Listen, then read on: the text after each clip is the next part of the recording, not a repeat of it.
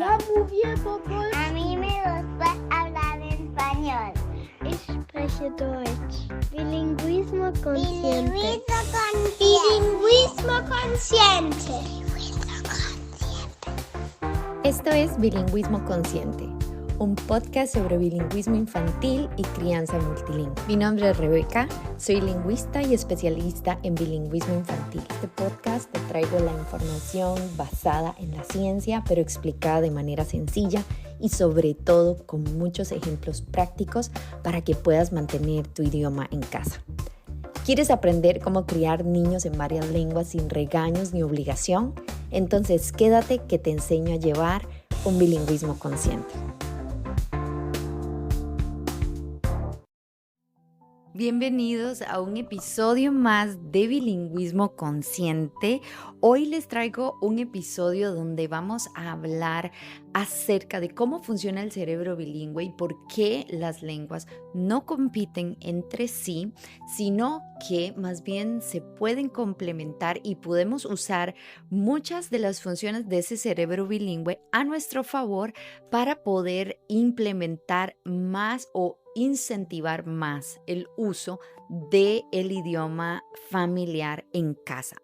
Así que hoy quiero hablarte de esta cosa que da a veces muchos miedos a las familias, es qué pasa en el cerebro de un niño cuando crece con dos o más lenguas. Es posible que una de esas lenguas sustituya a la otra o se pueden confundir las lenguas en su cabeza, o será que tantas lenguas puede hacer que mi hijo pues llegue a hablar más tarde.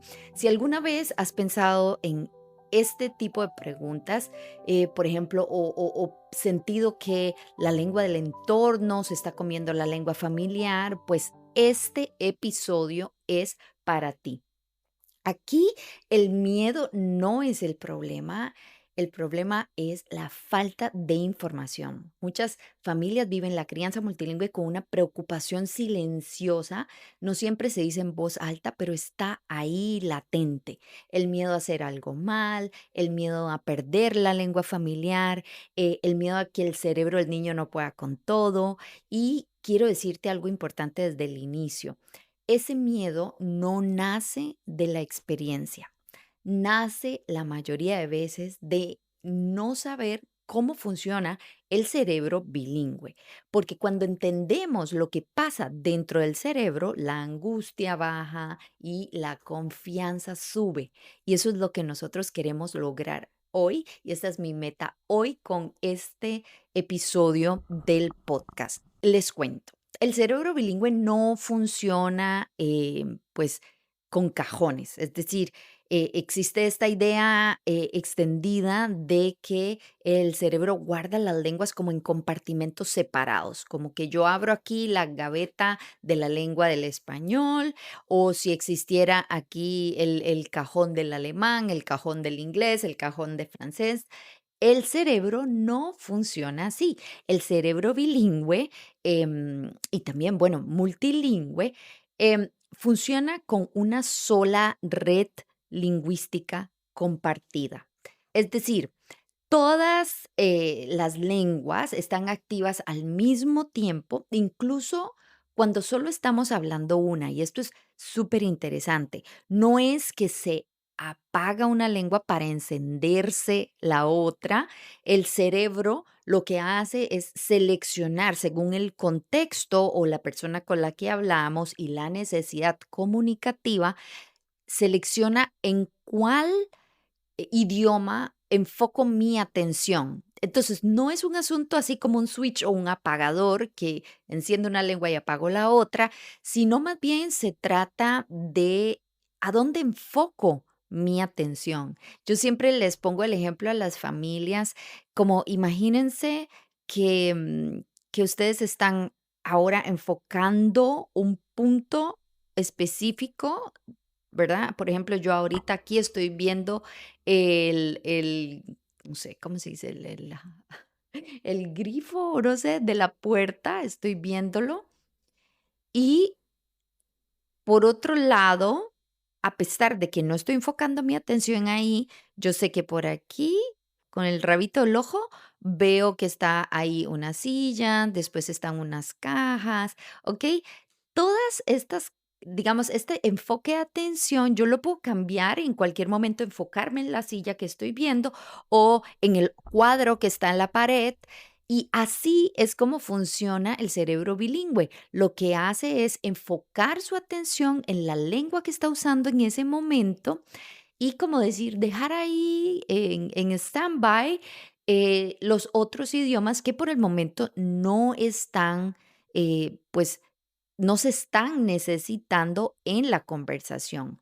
Entonces, como les digo, no es que las lenguas se apagan y se encienden, sino más bien que todas las lenguas están activas al mismo tiempo, incluso cuando pues estamos hablando solo una de ellas.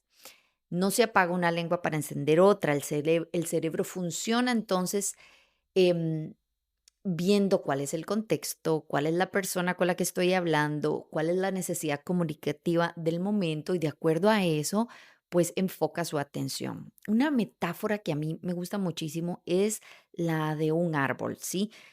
Un mismo tronco, unas mismas raíces y varias ramas que crecen hacia distintos lados.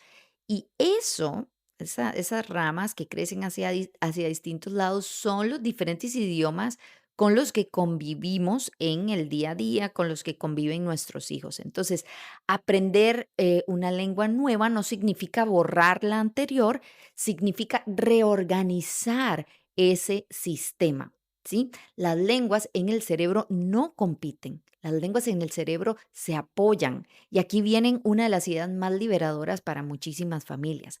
Las lenguas no compiten entre ellas, no se roban espacio, no se quitan fuerza, porque las lenguas son interdependientes. Eso significa que muchas de las habilidades lingüísticas profundas no pertenecen a una lengua concreta, sino al cerebro. Y esto ayuda a que si un niño sabe contar, por ejemplo, una historia en una lengua, explicar una emoción, argumentar una idea, comprender un contexto, cuando un niño desarrolla estas habilidades en una lengua, no empieza de cero en la otra, ¿sí? No es que, ya, aprendió esta habilidad solo en español y no va a poder expresarlo, por ejemplo, en alemán o en inglés. No, es al estar interconectadas, las lenguas pues como que se prestan herramientas, ¿sí? Por eso fortalecer una lengua cuando se hace desde la conexión, desde la coherencia, no debilita a la otra. Sin embargo, hay que saber que el contexto social va a determinar muchísimo, muchísimo que esa lengua se mantenga a nivel o a través del tiempo. ¿Por qué? Porque el uso social que se le da a una lengua determina qué tanta fluidez tengo yo en esa lengua, qué tanta naturalidad tengo yo para hablar esa lengua y cómo puedo en los diferentes contextos, pues tener esa lengua presente en mi cabeza. En cambio, una lengua que es muy poco usada en muy pocos contextos, pues tiende más a estar como más apagada, a estar, digamos, con menos atención mía. Esto quiere decir que hay menor fluidez al producir en ese idioma específico. Entonces, por eso muchas veces sentimos, por supuesto, que la lengua mayoritaria gana mucho terreno y es verdad. Es verdad, por un lado, que gana terreno, y eso es cierto, porque nuestros hijos tienen un montón de contextos en ese idioma y para hablar ese idioma. Entonces, todos esos contextos enriquecen la lengua de nuestros hijos. En cambio, si lo hacemos, si comparamos, perdón, cuántos contextos están teniendo nuestros hijos para hablar en nuestro propio idioma, nos vamos a dar cuenta que son poquitísimos y que entonces es normal que haya un gran desbalance de input. Entonces, cuando nosotros sentimos que la lengua del entorno está ganando terreno, entonces es muy importante decir, lo que estás observando es real, pero no significa que ya perdimos ese idioma minoritario, ¿sí? La lengua del entorno suele ganar fuerza porque, como les digo, hay más horas de exposición, hay una necesidad social real en comparación con nuestro otro idioma, por ejemplo, y eso hace que esa lengua se vuelva muchísimo más dominante, pero la dominancia no es automáticamente sinónimo de sustitución, ¿sí? Que una lengua se use más no significa que la otra lengua va a desaparecer del cerebro.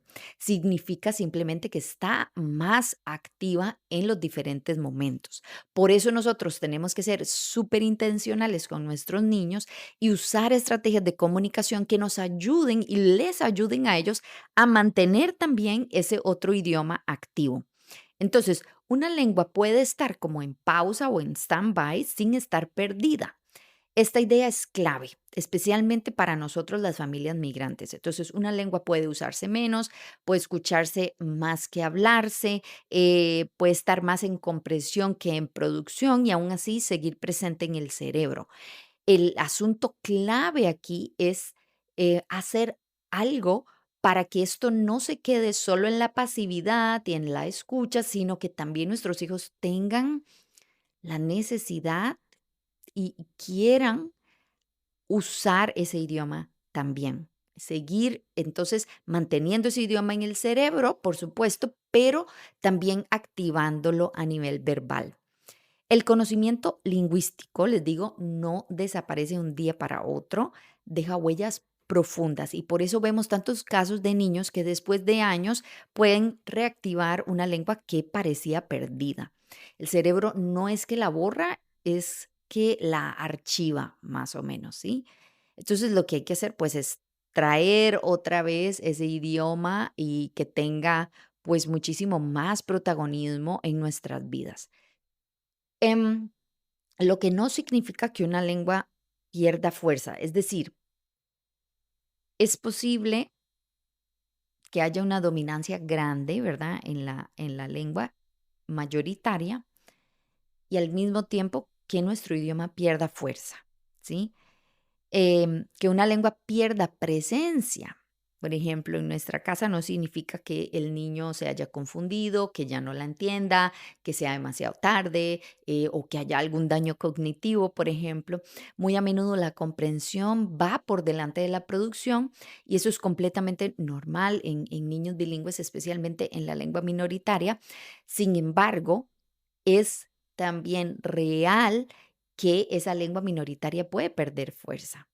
Y ahí es a donde está la clave de cuánto input nosotros estamos dando para que esa lengua se mantenga a flote y se sostenga sobre todo a través del tiempo. Esto es indispensable. Entonces, hoy yo quiero que nosotros pasemos de la preocupación a la conciencia.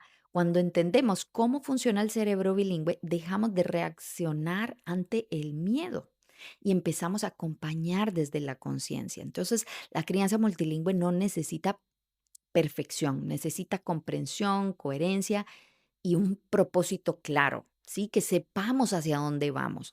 Entonces, cuando, para resumir, cuando nosotros sabemos que una lengua em, que ha sido adquirida porque los niños la han escuchado, cuando esa lengua está ahí, intentamos con todo que se pueda usar, que los niños tengan la motivación para usarla. En el día a día nos podemos asegurar de que esa lengua se va a mantener viva. Así que, bueno, ya sabemos que hay muchísimo que podemos hacer para poder mantener ese idioma vivo y sobre todo que se sostenga a través del tiempo y se mantenga a través del tiempo. Si no estás muy seguro de cómo va tu crianza multilingüe y quieres saber, yo creé un quiz a donde vas a poder contestar y recibir los resultados de cómo vas en el camino de la crianza multilingüe. Da igual si tienes 2, 3 o más lenguas. Te dejo el quiz en la descripción de este episodio y aprovéchalo porque por el momento es completamente gratis y te va a ayudar muchísimo a darte luz para saber por dónde ir, qué cosas tal vez tengo que mejorar y qué cosas, por ejemplo, no son lo suficientemente claras o efectivas para que la lengua se mantenga a través del tiempo y cómo sí hacer cosas claras y efectivas para que ese idioma se mantenga. Así que entra aquí al link y nos vemos en el siguiente episodio o escuchamos, depende de donde estés, viéndome de qué plataforma o escuchando. Nos escuchamos en el próximo episodio de Bilingüismo Consciente.